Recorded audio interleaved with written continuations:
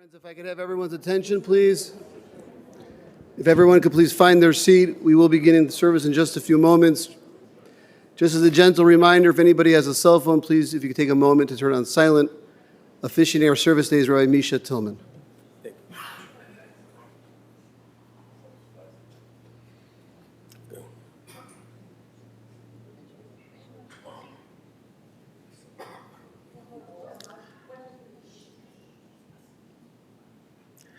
Друзья мои, перед тем, как мы начнем церемонию, напоминаю вам, мобильные телефоны в бесшумный режим, пожалуйста, переведите.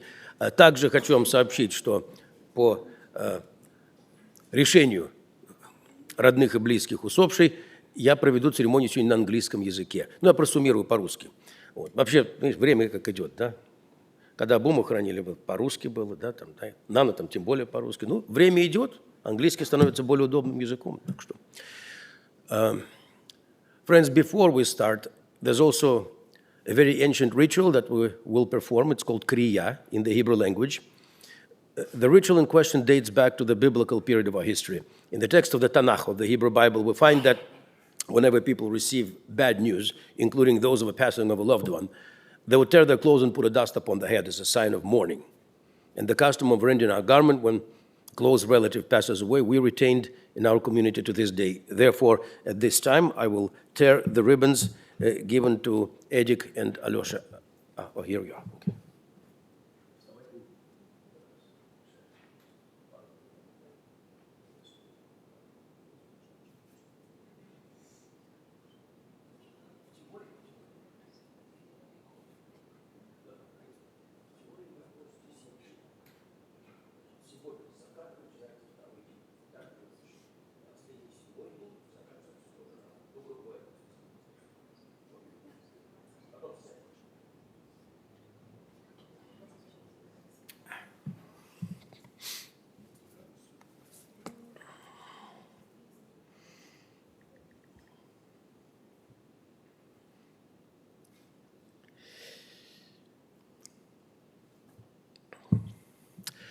A long time ago, a very long time ago, more than 35 years ago, when I was studying at the Rabbinical Academy in Cincinnati, so which was way before I met all of you, my friends, even though we've met also in the last century. So when I was a student at the academy, I had a teacher who was a professor of history. His name was Jacob Rader Marcus. He was a very prominent historian, very prominent scholar. In fact, Dr. Marcus wrote the very first book on the history of the American Jews. So he pioneered the whole field of the historical research. He lived to be a very long life. He was almost 100 when he passed away, like fell short by a couple of weeks. And I was the last class that he taught. It was 98 and a half, but very, very sharp, very sharp. And once in our class, we were discussing funerals. He told me something that I found to be astounding. Like many young people, of course, I perceived death rather dramatically. And Dr. Marcus said the following. He said, Michael, remember, 5 minutes must be enough to say anything important about anybody. And I was, as I said, I was quite astonished by this statement. I mean, we're talking funerals, and you're telling me about this 5 minutes, right? But then when I started practicing as a rabbi, I realized that the old man knew what he was talking about. So 5 years after that episode, I was already up here, in fact, not very far from this place. I was sitting at home with the family, right by Skokie Swift here. The father passed away, 2 sons were sitting in the house, and I quoted my teacher to one of the sons, and he told me, Rabbi, but this is very sad. I said, what's so sad? He said, the whole life, the whole human life, the entire life, and in 5 minutes. And I told him, really, without even thinking, I just came out by myself. I said, what good is a book if you cannot tell me in 5 minutes what the book is about, right? If you read the book, you should be able to tell me in 5 minutes what's the topic, what's the contents of the book. Life is a book. Like any book, it has the beginning. Like any book, it has the ending. And inside that book, well, there are chapters. And some of them are joyous, some of them are sad.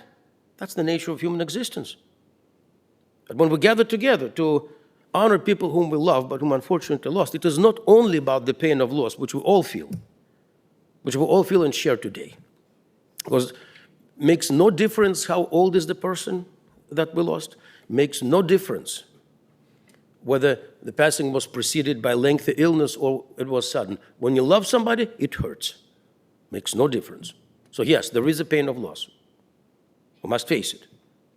We must experience it and then eventually overcome it. But more importantly, we're here to reflect on Inna's book of life, the book that she is leaving for us as her legacy. And that is not the reason to be sad. Oh, I knew Inna. I met her many, many times. You knew her. So, is that a sad book? Oh, no, it's not. It's a great book. It's a great book, and it's the book to be proud of. It's a book to celebrate. And you also knew that she was a very energetic and active person. So this is also a fast-paced book. So today, along with pain and along with sorrow, we also must feel joy and pride. Now, every human being writes his or her own book. How do we do that? Well, again, there are landmarks in life. There are events that we experience, that we live through. And some of them, as I said, are pleasant, some of them are painful. But our duty as human beings is to make sure that each of these experiences counts, that we emerge out of every event, every landmark, better persons, better human beings. And this is exactly what King Solomon discussed in the book of Ecclesiastes, chapter 3, Kohelet in Hebrew, 3,000 years ago. לכל זמן ועת לכל חפץ תחת השמיים, עת לרדת ועת למות, עת לטעת ועת לעקור נטוע, עת לפרוץ ועת לבנות, עת לבכות ועת לשחוק, עת צפות ועת רקוד, עת להשליך אבנים ועת כנוס אבנים, עת לחבוק ועת לרחוק מחבק, עת לבקש ועת לאבד, עת לשמור ועת להשליך, עת לקרוא ועת לתפור, עת לחשות ועת לדבר. For everything there is a season and a time for every experience under the heaven. A time to be born and a time to die. A time to plant and a time to uproot what is planted. A time to break down and a time to build up. A time to weep and a time to laugh. A time to mourn and a time to dance. A time to cast away stones and a time to gather stones together. A time to embrace and a time to refrain from embracing. A time to seek and a time to lose. A time to keep and a time to discard. A time to rend and a time to sow. A time to keep silence and a time to speak. It is a time to speak. It is a time to celebrate Inna's book of life. So here come those 5 minutes, which will be 5 rabbinical minutes, meaning it will be longer than 5 minutes. Well, but honestly, if we want to summarize Inna's book of life, we don't even need 5 minutes. We need one word. And you know that what that word is, mishpocha, family. That's what she was all about. She defined herself through her family. She could not conceive of herself outside of the context of her family. And that was her mission. And that's really what that book is about. It sounds simple, right? It does sound simple, but it's easy to say, but how much harder is it to do? How many of us, over the course of our lives, failed our families? We're not there when we needed to be. Each of us, there are no exceptions. We're human beings. We commit errors in life. So it's harder to do, much harder to do than to say. Inna has done it. She belongs to that generation of our people that we used to call in the old country Дети войны, children of the war.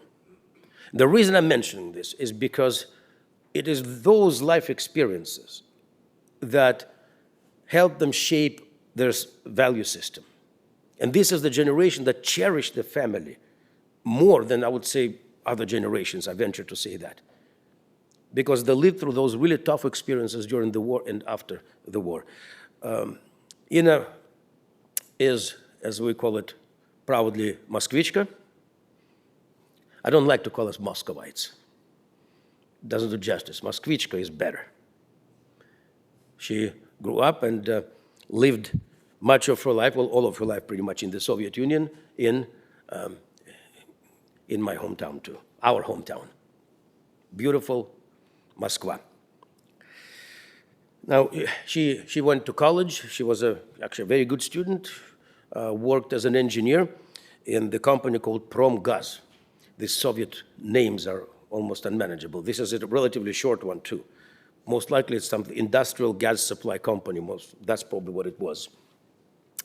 And then they made a decision that was not easy, because remember, this was 1970s. 1971 is when Inna came to the United States with the whole family. I'll talk about that in a moment. But the decision was not easy, and I always say that to all my friends who came in that Stary Zayezd, right, who came in the 70s, because it was a gamble, actually. It was a gamble. There was an iron curtain. There was very little information. The Soviet propaganda told us that if you immigrate, you're going to be sleeping on the benches. You know, it's going to be bad. It was a gamble. So Buma, well, I called him Boris always, you know, Buma and Inna made that decision for the sake of the future of their children, of their sons, for the sake of a good and secure senior years of their parents, not just for themselves. And that was the right choice. However, it was not easy. It never is. When is it easy? So Buma and Inna came here. They came here with Bore, with Edik, Bore, Buma. Yes, keep on. You call him Buma, I always called him Bore. Always. I never called him Buma. Just he was okay with it, so it's fine. So Bore and Inna came together. Of course, Edik and Alyosha doesn't even remember it. He was a tiny little guy, 4 years old, right? But they came also with Mama Anya, with Buma's mom, Heike.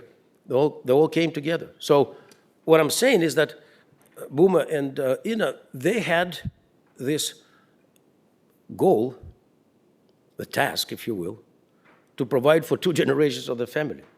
They have to raise the kids, and they have to take care of their seniors.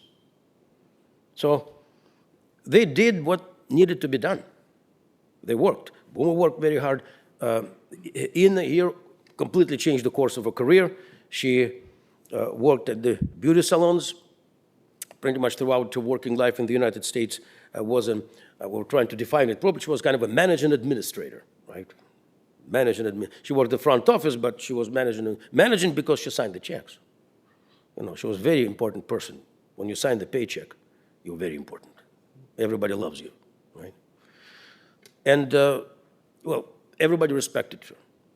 Everybody respected her at work, not only because she was a good and reliable professional, but she was just a wonderful human being. Yeah. Now,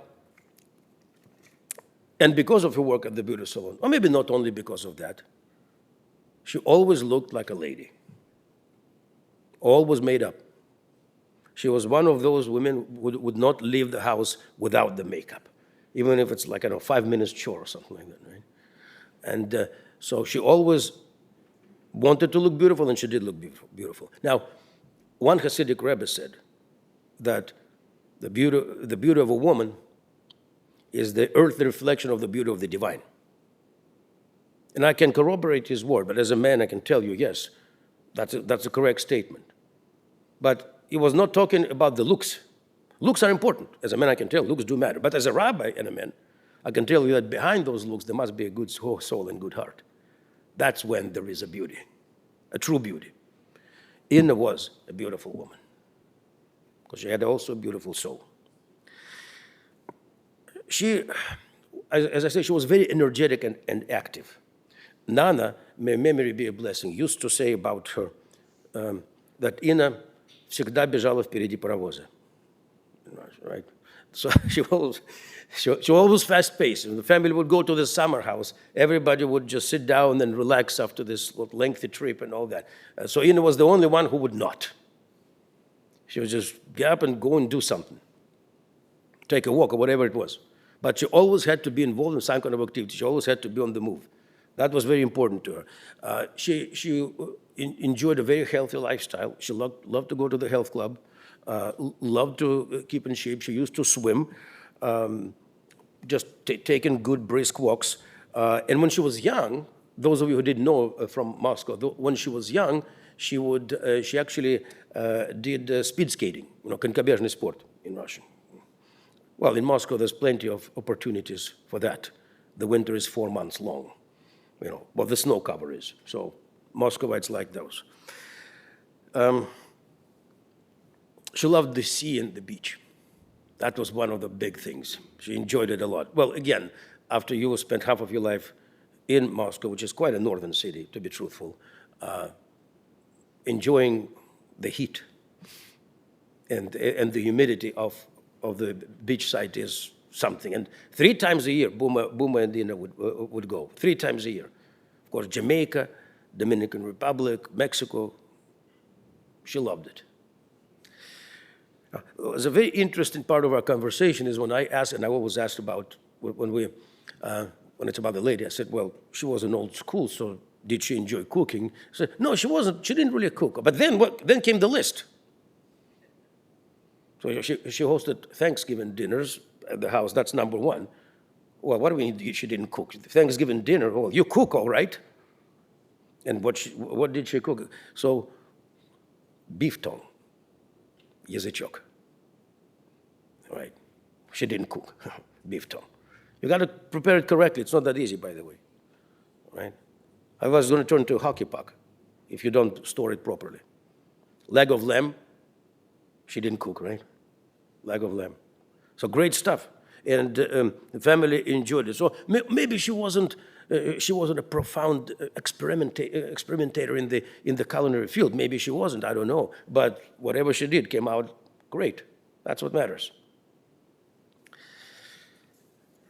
Now, the family. As I mentioned, Inna's mission in this world was defined by that one word. And everything she did, I highlighted some of those things. She really did for the sake of the family.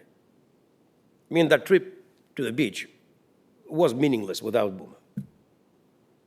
Alone, she wasn't interested, right? Those Thanksgiving dinners, again, it's for the family. It's all for the family. I already said that she was a very devoted daughter and a daughter-in-law.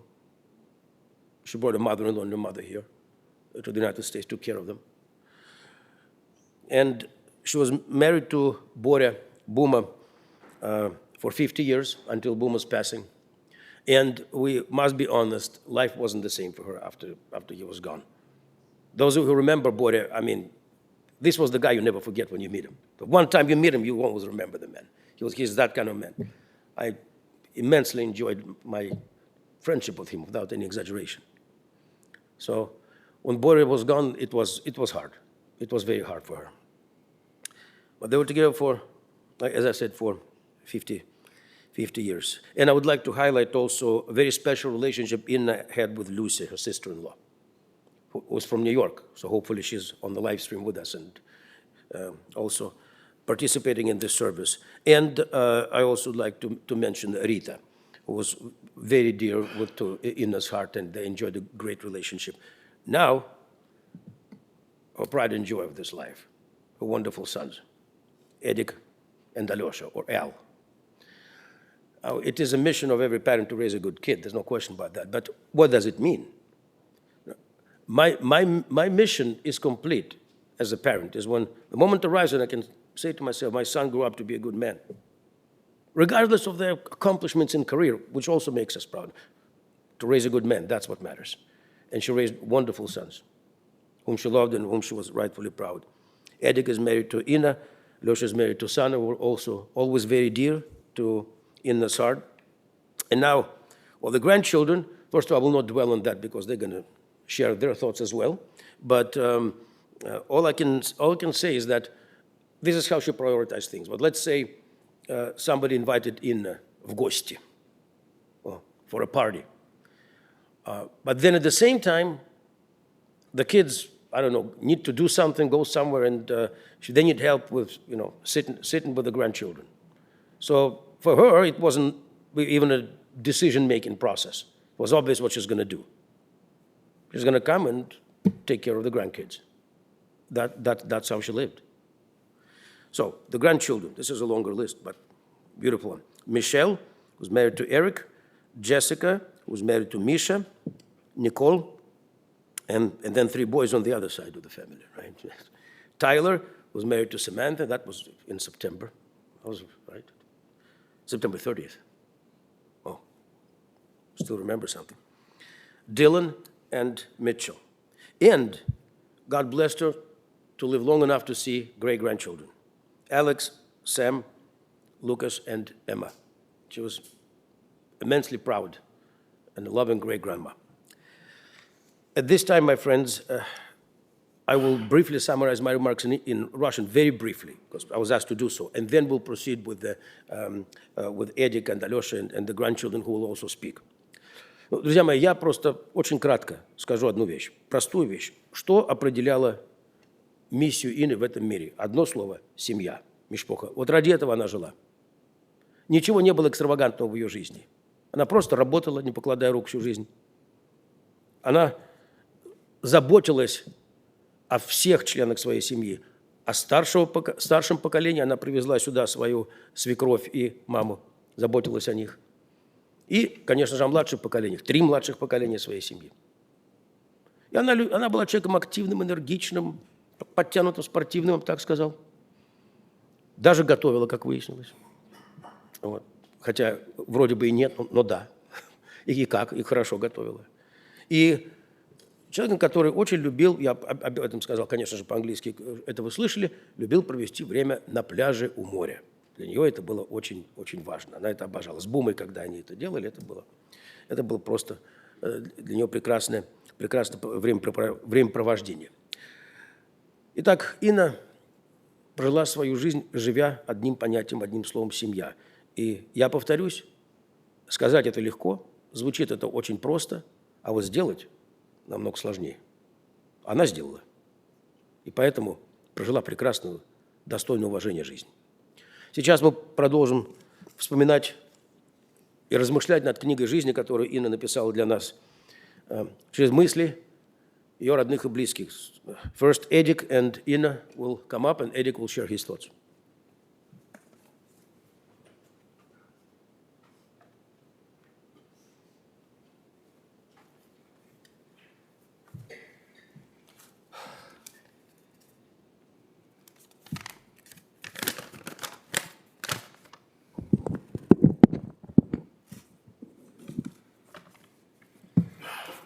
Oops, sorry. Oh, there you go, much better. Friends, relatives, thank you all for coming. Today we gather to remember and celebrate the life of an incredible, awesome, and amazing woman, our mother, our mom. She was more than just a mom to us. She was our rock, our cheerleader, our best friend. She taught us the value of empathy, the importance of perseverance, and the beauty of simple joys. Mom was truly awesome. The beginning of her life was not easy, but warriors are built through adversity, and she taught all of us how to be warriors. She knew that the life she built was a blessing and a gift, and she cherished it every moment she got. She would tell and retell stories of her life, especially her love story with Buma, constantly reminding herself and us how lucky we were to be experiencing it together. She would always say, "Ой, как я вас люблю."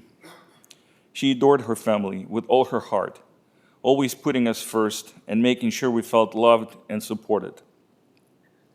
Whether it was coming over for a meal or offering her words of wisdom, her love for her kids and grandkids was boundless. Her love for her family was pure and unconditional. Mom truly loved life and all the joys it brought. Although it was difficult for her after Buma's passing, She loved to walk and stay active, go to the pool, hang out with her girlfriends, feed her grandkids. She taught all of us the importance of living life fully and embracing each day with enthusiasm. Well, and some worry. I said she was a warrior, but she was just as much a warrior, as in you worry too much. If you knew her, you also knew this. But as I continue to watch my own family grow, I realized that this worry was just an untranslated expression of love. There's a quote that says, "What we have done for ourselves alone dies with us."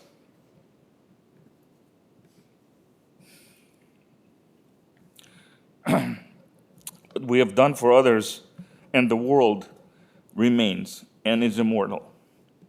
Her kindness, her dedication, and her soul will always be with us. The traits of integrity, compassion, and loyalty she has instilled in us will continue to grow through our children and theirs. We'll carry her lessons and her love in our hearts forever. Rest in peace, Mom.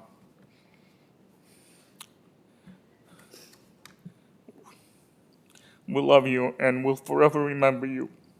And we'll miss you dearly. Sorry.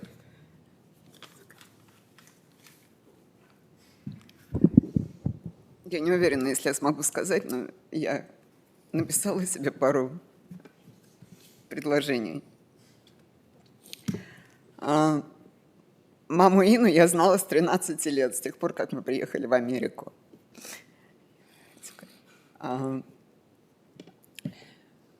Когда моя мама 21 год назад погибла трагически, мама Ина заменила мне маму. Я ей очень благодарна.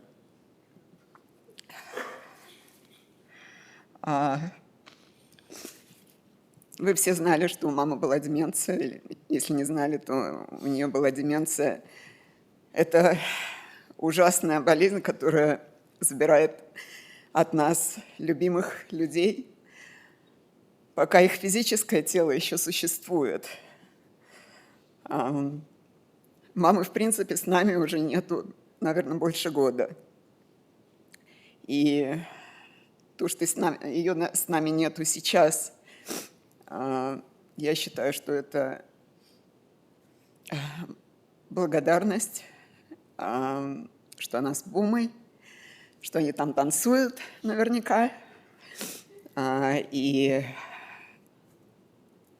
она со своей мамой, папой, которую она тоже очень потеряла очень в раннем возрасте, с моей мамой.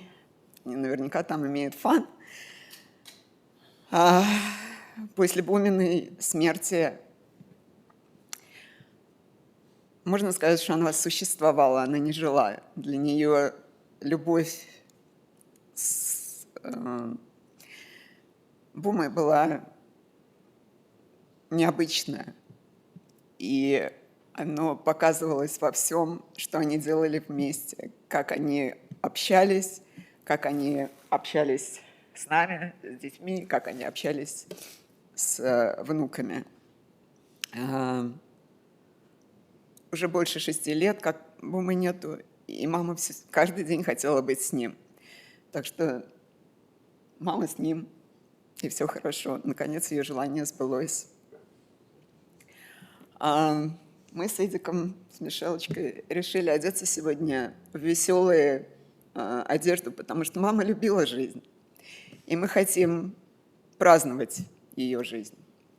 Она всех любила, с кем она была знакома, но ее семья была центром ее жизни всегда. И мы очень благодарны, потому что она очень многому нас научила. Люблю тебя, мамуля, и всегда буду любить. Спасибо тебе.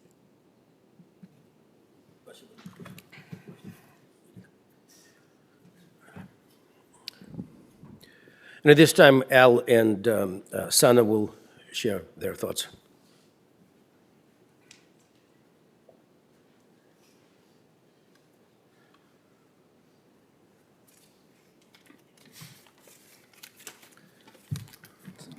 go first? Okay, try. So I spent the last few days remembering my mom, and while doing that, I realized just how much we had in common. I don't like to be, I'm not going to go over all the ways, but I did want to highlight a couple. I don't like to be late for anything, but my mom took promptness and punctuality to a whole new level. She physically could not be late. In fact, she would get completely anxious, nervous, if she even felt that she might be running late somewhere. When we invited her to family dinners at 6 o'clock, she'd be at our house by 4:30 at the latest, and then she would just walk around our neighborhood until it was time to come in. If she was flying somewhere, she needed to be at the airport at least 4 hours before the flight. And that's for domestic. Don't ask how early she got there for international. To this day, I've yet to miss a flight, so I have to thank her for that, I think. Those of you that know me know that I like to do things fast, and I really don't like to stand still. I'm also not a very patient person, because if I want something, I want it like yesterday. So I know at least one of my kids is like that.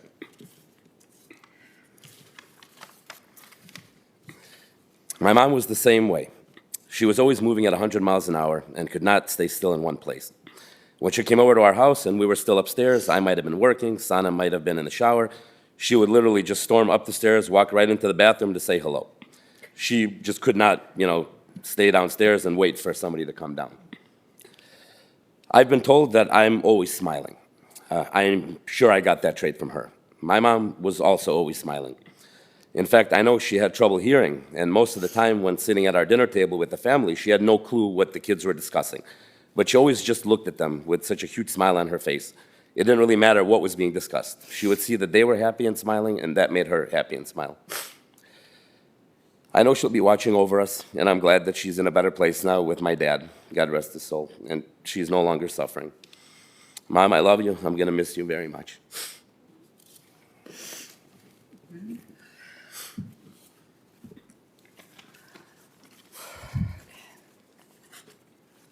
Okay.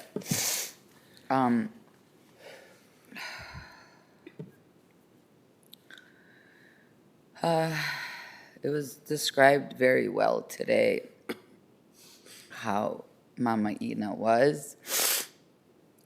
Ed's pretty much summarized exactly who she was, and everything that was said here today between Ina, the rabbi, Al. That's who she was. She loved family, and that was her priority, always. And I told this story the other day. When we first got married, she asked me before we got married, she goes, "Can we talk on the phone every day?" And I said, "Sure." And the more I thought about it, I'm like, who talks to their mother-in-law every day on the phone? Like, this is really not normal. I don't know how it's going to work out. But I said, sure, no problem. And to the day where she could no longer speak, which was about almost a year ago, we talked on the phone every day. It didn't matter if I didn't call. She would call me and be like, "Is everything okay? Because I didn't talk to you today." And I said, "Yeah, I'm sorry, I got busy." But every day up until she could no longer speak. And yeah, it has been almost a year since we talked on the phone, and then that was it. And for those that know, my name in Russian is Sana, and she never called me that name ever. It was always Sanula. I never heard her even say my name other than Sanula. She loved me like her own, and I loved her like my own mom. And needless to say, our whole family will miss her a lot. As Ina said, we already have missed her for a long time because, yeah, her body was there, but she really had a big struggle and struggled for a lot. And I know how happy she is next to Buma right now. And I said, Ты уже с Бумочкой. You will always be with us. In our hearts, we will always love you and always remember you. И я всегда буду твоя сынуля. Love you.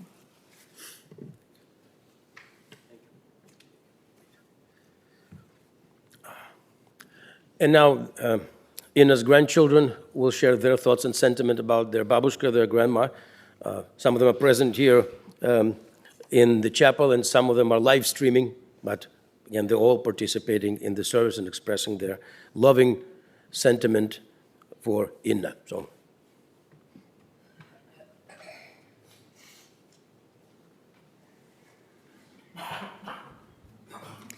Hi, everyone.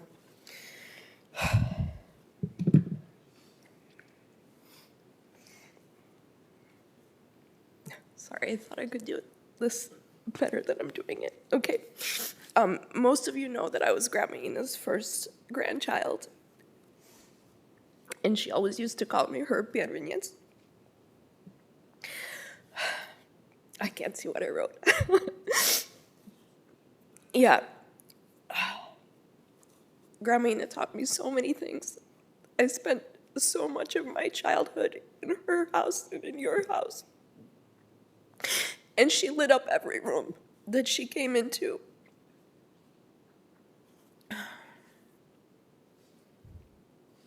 She taught me a lot. She taught me how to love a good walk in the forest preserve and the crepes after. She tried to teach me how to love beautiful dresses and perfect shoes. But what she did teach me most of all was the importance of an open heart. And that's the lesson that I carry forward in my family from her and from Buma. On behalf of her girls, Jess and Nikki, we love you, Grandma. And we thank you for everything.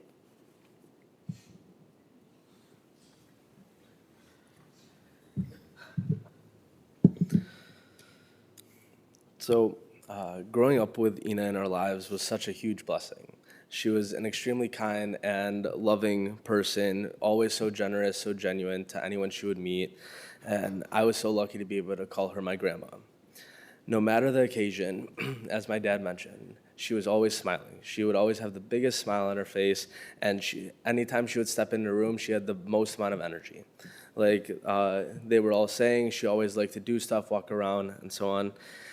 Recently, about a month ago, I actually went to Texas to visit her, and even though she wasn't talking too much, we knew that she knew who she was with and that she would just smile at us and blow us kisses, and she was always just so happy to be with her family. And Ina left such a huge impact on all of us, and her memory will be held super close to our hearts. And although the circumstances are unfortunate, I would want us all to try to smile today because that is what she would have wanted. Thank you all so much for coming. I tried this years ago, but could not for Buma. But hello, everyone. I'm Ina's youngest grandchild.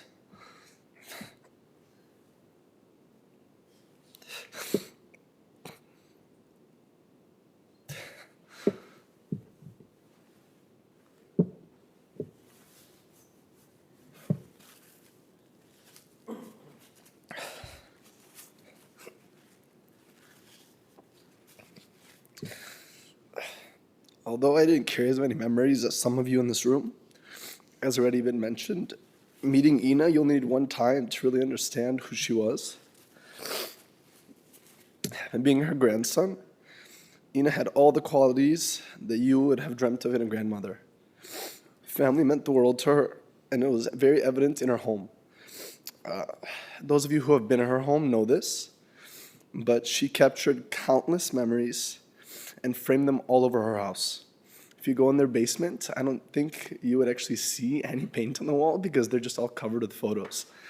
And not only are there photos there, but she has a story for every photo to tell. You don't even have to ask her. She'll say, come in the basement. I'm going to tell you about this one and this one and this one. I've heard this story multiple times. But she'll tell it over and over again because that's how proud she was. Among every story, there was one person who Ina devoted her heart to, who's been mentioned several times today, and that's her grandfather, Buma. When he left us years ago, Ina started going as well. As sad as this moment is for us all, Ina's finally reunited with her true companion, and as Dylan mentioned, she was always smiling, so we should all smile today and be happy for the mark that she left on us and on the world. As you can see with the pictures and the countless stories you guys have heard from the rest of the family, she was very proud of her family, her friends, and her loved ones. And therefore, we should be proud of all that she did and continue to let her memory be a blessing for us as we go forward in our lives as well. She's now at peace and would want us to have comfort in knowing that she is doing better and watching over us all. And on behalf of everybody in this room, on behalf of specifically family and those live streaming with us, Tyler, Dylan, myself, the grandchildren on my dad's side of the family, we love you, Ina. We'll miss you, and we'll always be thinking of you. Thank you.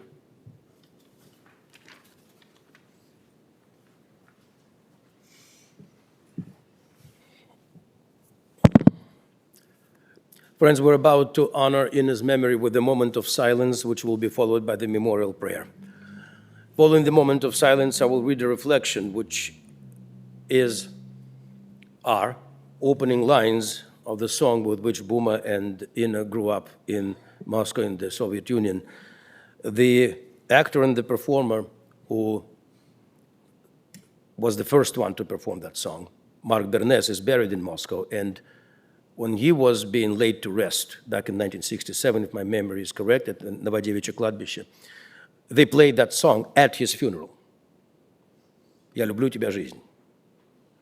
Please rise.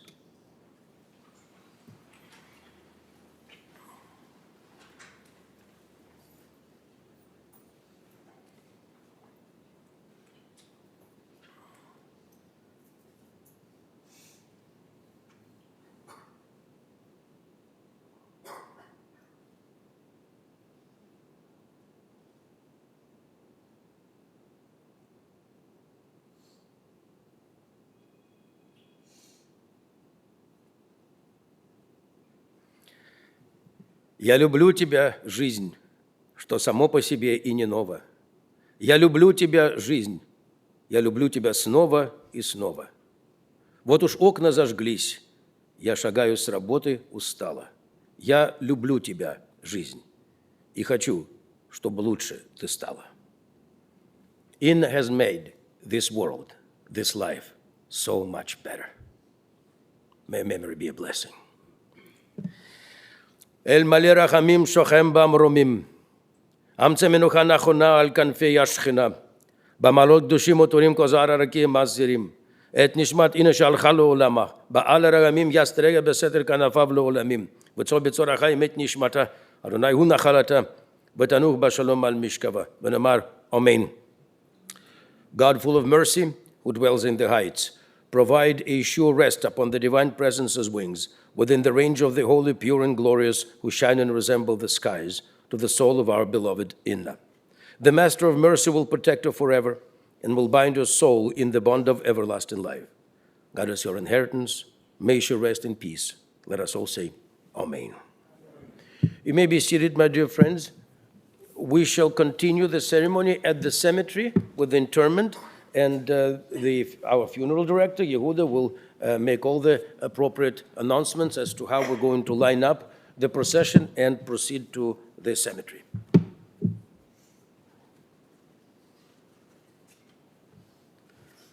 Friends, the interment will take place, as I already mentioned, just down the road in Memorial Park.